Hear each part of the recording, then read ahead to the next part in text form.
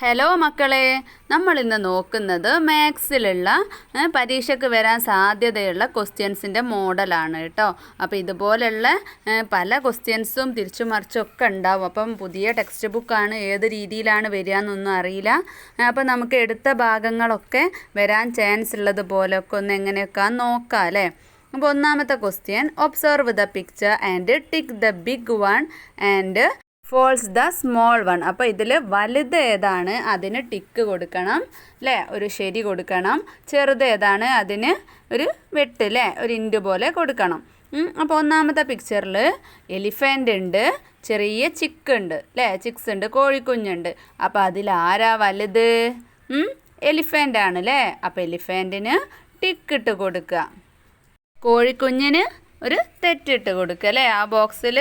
പിന്നെ രണ്ട് കുട്ടികളുണ്ട്, ഒരു ബേബിയുണ്ട്, ഒരു വലിയ കുട്ടിയുണ്ട്. അപ്പോൾ വലിയ കുട്ടിക്ക് നമ്മൾ എന്തിട്ട് കൊടുക്കുക? ഒരു ടിക്കിട്ട് കൊടുക്കുക. ബേബിക്ക് ഇൻറ്റു ഇട്ട് കൊടുക്കുക. പിന്നെയോ രണ്ടാമത്തെ question, tick the ടോളർ and tick the shorter. അപ്പോൾ ടോളർ എന്താണ്, ഷോർട്ടർ എന്താണെന്ന് പഠിക്കണം. ടോളർ എന്ന് പറഞ്ഞാൽ വലുത്, ഷോർട്ടർ എന്ന് പറഞ്ഞാൽ ചെറുത്. അപ്പോൾ ടോളർ, ഇതിലേതാണ് ടോളർ? ടോളറിനാണ് ടിക്കിട്ട് കൊടുക്കേണ്ടത്.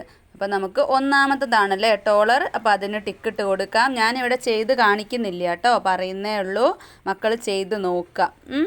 പിന്നെ ചെറുതിന് നമുക്ക് ആ ഇൻറ്റു ഇട്ട് കൊടുക്കാം അല്ലേ, ആ വെട്ടിട്ട് കൊടുക്കാം. പിന്നെ രണ്ട് തെങ്ങ് തന്നിട്ടുണ്ട്, ഒരു വലിയ തെങ്ങുണ്ട്, ഒരു ചെറിയ തെങ്ങുണ്ട്. വലിയ തെങ്ങിന് എന്തിട്ട് കൊടുക്കാം? ഒരു ശരി ഇട്ട് കൊടുക്കാം അല്ലേ. ചെറിയ തെങ്ങിന് തെറ്റിട്ട് കൊടുക്കാം. പിന്നെന്താ ക്വസ്റ്റ്യൻ വരിക? Identify and match the same group. രണ്ട് ഭാഗത്തായിട്ട് ഒരേ നമ്പേഴ്സിലുള്ള ചിത്രങ്ങൾ തെറ്റിച്ച്, ഓർഡർ തെറ്റിച്ച് കൊടുത്തിട്ടുണ്ടാവും. അപ്പോൾ ഒന്നാമത്തെ ബോക്സിൽ എത്ര എണ്ണം ഉണ്ട്, എത്ര മാംഗോ ഉണ്ട്? 1 2 3 4 5 മാംഗോ ആണല്ലേ ഉള്ളത്. അപ്പോൾ നമ്മൾ എന്ത് ചെയ്യുക? പെട്ടെന്ന് നമുക്ക് ആൻസർ ചെയ്യാൻ വേണ്ടിയിട്ട് സൈഡിൽ, അതിൻ്റെ സൈഡിലായിട്ട് 5 എന്ന് എഴുതി വെക്കുക. അതുപോലെ തന്നെ ഓരോ ബോക്സും കൗണ്ട് ചെയ്തിട്ട് അതിൻ്റെ സൈഡിൽ നമ്പേഴ്സ് പെൻസിൽ കൊണ്ട് എഴുതി വെക്കുക. എന്നിട്ട് മറ്റേ ഭാഗത്തുള്ളതും അതുപോലെ തന്നെ നിങ്ങൾ കൗണ്ട് ചെയ്യുക. എന്നിട്ട് അതും അവിടെ സൈഡിൽ എഴുതി വെച്ചാൽ പെട്ടെന്ന് തന്നെ നിങ്ങൾക്ക് ഏത് നമ്പറാണ് സെയിം എന്ന് വിചാരിച്ചാൽ അത് മാച്ച് ചെയ്യാൻ പറ്റും. അല്ലെങ്കിൽ എന്ത് ചെയ്യണം? ഫസ്റ്റ് മാംഗോ 5 ആണ്, പിന്നെ ഓരോന്നും ഇങ്ങനെ എണ്ണി നോക്കുമ്പോൾ 5 കിട്ടുന്നിടത്തേക്ക് മാച്ച് ചെയ്യുക. പിന്നെ രണ്ടാമത്തത് ആപ്പിൾ 3 ആണ്, ഇപ്പുറത്ത് 3 ഏതാണോ എന്ന് എണ്ണി നോക്കിയിട്ട് അതിലേക്ക് മാച്ച് ചെയ്യുക. അങ്ങനെ ചെയ്താലും മതി. ഓക്കെ അല്ലേ? അടുത്തത് colour the flower and circle the number. അപ്പോൾ ഒന്നാമത്തെ ഫ്ലവറിന് കളറ് കൊടുക്കുക. അതിലെത്ര എണ്ണമാണ്? 1 അല്ലേ, അതേ കളറ് റൗണ്ട് ചെയ്യുക. ഇവിടെ നമ്പറിന് 1ന് റൗണ്ട് ചെയ്യുക. പിന്നെ രണ്ടാമത്തേത് വേറൊരു കളറ് കൊടുത്ത് 2 അല്ലേ, 2 ഫ്ലവേഴ്സിന് കളറ് കൊടുക്കുക. എന്നിട്ട് ആ ഒരു കളർ കൊണ്ട് തന്നെ 2ന് റൗണ്ട് ചെയ്യുക. അങ്ങനെ പിന്നെ എത്ര എണ്ണ ഉള്ളത്? 1 2 3 4 5 ഫ്ലവേഴ്സിന് കളറ് കൊടുക്കുക, സെയിം കളറ് കൊടുക്കുക. ആ കളറ് കൊണ്ട് തന്നെ 5ന് റൗണ്ട് ചെയ്യുക. അങ്ങനെ ഓരോ, ഇവിടെ എത്ര നമ്പേഴ്സ് ഫ്ലവേഴ്സ് ഉണ്ടോ അതിനനുസരിച്ച് ആ ഒരു കളർ കൊടുത്തിട്ട് അതേ കളർ കൊണ്ട് അപ്പുറത്ത് റൗണ്ട് ചെയ്യാണ് വേണ്ടത്, ഒരു മാച്ച് ചെയ്യും പോലെ തന്നെ. പിന്നെ count and write the number. പിന്നെ തന്നിട്ടുള്ളത് എന്താണ്? എത്ര എണ്ണാണോ അത് കൗണ്ട് ചെയ്തിട്ട് നമ്മൾ നമ്പർ എഴുതണം. ഇതുവരെ നമ്പർ തന്നിട്ടുണ്ടായിരുന്നു, അത് നമ്മൾ മാച്ച് ചെയ്യുക റൗണ്ട് ചെയ്യുകയൊക്കെ ചെയ്താൽ മതിയായിരുന്നു അല്ലേ. ഇത് കൗണ്ട് ചെയ്തിട്ട് എഴുതണം. ഒന്നാമത്തേത് എത്രയാണ്?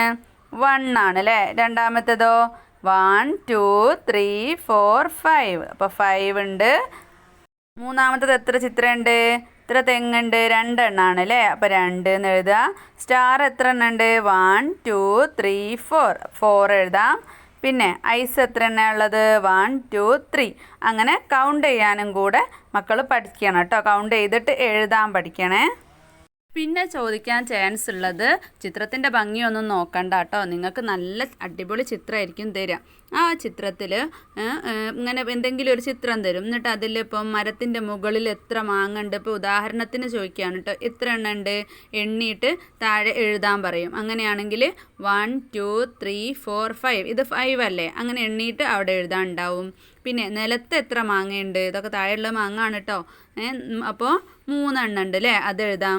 പിന്നെ മരത്തിൻ്റെ അടുത്ത് ഇരിക്കുന്ന കുട്ടിക്ക് വട്ടം വരയ്ക്കാൻ പറയും, അല്ലെങ്കിൽ ദൂരെ നിൽക്കുന്ന കുട്ടിക്ക് വട്ടം വരയ്ക്കാൻ പറയും. പിന്നെ മരത്തിൻ്റെ മുകളിൽ എത്ര പക്ഷിയുണ്ടെന്ന് ചോദിക്കും. 1 ആണല്ലേ. അല്ലെ മരത്തിന് മുകളിലിരിക്കുന്ന പക്ഷിക്ക് റൗണ്ട് ചെയ്യാൻ പറയും, അല്ലെ നിറം കൊടുക്കാൻ പറയും.